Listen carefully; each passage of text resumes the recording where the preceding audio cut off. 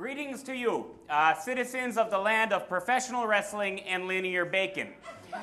It is my honor and privilege to congratulate the winner of tonight's election in your hard-fought campaign. As you might know, we are the gigantic nation directly north of your border. And when we get tired of SCTV reruns and Rush videos, we tune into your TV channels. So we've been pretty well informed about your political process. We certainly know more about your government than you know about ours. If you don't believe me, try and name the Canadian Prime Minister. I'm talking about the leader of our government. He's the closest equivalent to our president. Don't feel bad, Sarah Palin can't name him either, and she can see Canada from her house. Although she does tend to confuse Manitoba with Moscow. Well, on behalf of Prime Minister Stephen Harper, the Conservative Party of Canada, and the rest of the Canadian citizenry, I'd like to welcome the new American administration and to pledge a new spirit of cooperation between our countries. We expect that beginning on Inauguration Day, you'll cast your eyes northward and look to us for both friendship and guidance. For example, we know with some certainty that a number of your politicians are already planning their next election campaigns, and we believe you voters could take a cue from our Canadians by calming the fuck down. You see, elections happen all the time, so you'll get a chance to correct your errors. Now, I know that America's got a huge nuclear arsenal, and that's sort of a game changer when you're talking about the office of the president.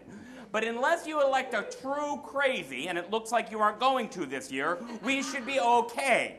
That said, our population is nestled right on your border, and if you were to, say, trigger a nuclear winter, you'd find that we might be pissed off about that, and that our aptitude on ice skates would be a significant advantage in a frozen border war. So you be careful with your nukes, and we'll be careful with our skates and with the very long knives we use for ice fishing. I also know that some of you like to buy prescriptions from us. Darn good to be creative, and we appreciate your commerce about as much as you appreciate the savings. But we don't like some of the things your politicians are saying about the quality of drugs in Canada. Now, I've been buying and using homegrown Canadian my whole life, and that shit is slamming. As for more packaged pharmaceuticals, most often we're just selling you back the same drugs your companies manufactured in the first place. That's a global economy for you. Mostly, though, Canadians want your respect. We don't appreciate your jokes about curling. Don't enjoy being called communists just because we enjoy universal health care and Cuban holidays on the cheap. And frankly, don't like the assumption that all Canadians are earnest and polite. Honestly, some of us are assholes. Enormous, shit-spewing, snarky assholes. We call them Quebecois. But even the non-assholes among us have had it with your crap.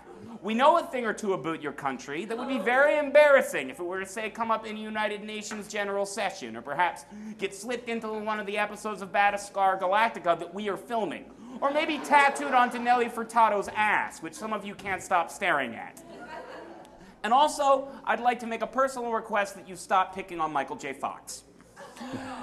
In conclusion, to all of tonight's winners, we offer our congratulations, and a reminder that we'll be watching and we'll be sharpening our skates. JR? Thank you very much for that enlightening response.